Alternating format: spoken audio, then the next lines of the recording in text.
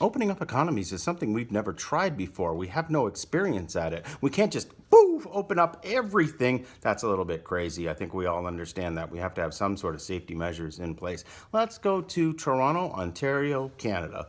Boop, they are opening up a whole bunch of stores that have access to the street. And the safety measure is you actually can't go inside the store. You got to do it by curbside pickup. A friend of mine made a tweet, very interesting tweet. Yeah, there's going to be a whole bunch of lineups on the street of people social distancing, and those sidewalks are pretty thin, and people driving up in their cars. The sidewalks might get a little bit annoying, and let's put a little other something in there.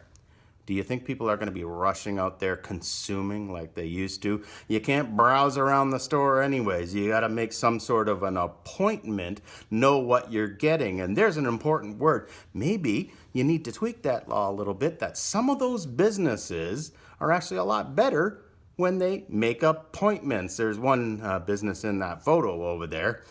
It's a gold dealer.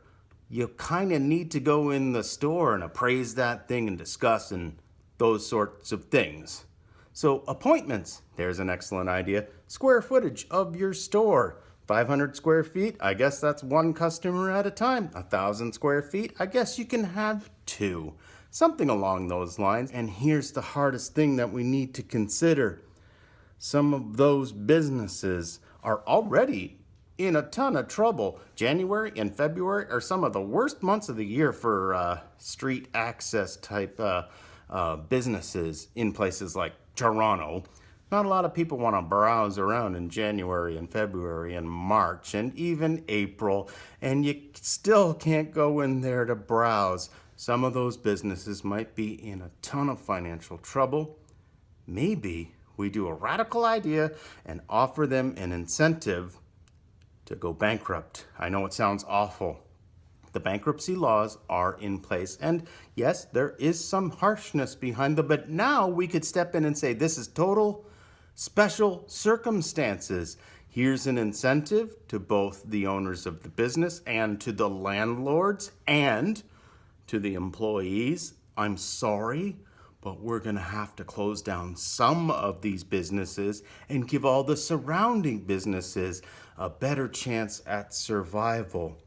If 80 or 90% of our retail businesses are still in trouble in September and October and November, and then December, and then of course January and Christmas is gone, we might have a recession that lasts a heck of a long time. We need to offer some people a bail away. I don't want to call it a bailout. Bail away. Get out of the way. You know what? We were in trouble right then when this all happened. And some business people, they have a lot of hope and they want to drag it too far. And employees, if they're not getting enough hours to work, that also hurts them. Sometimes you just got to wash your hands clean and let it wash away. Hope for the best. I know it's an awful idea to consider, but we do have to consider it. Do you think people are going to be running out there? I want to consume.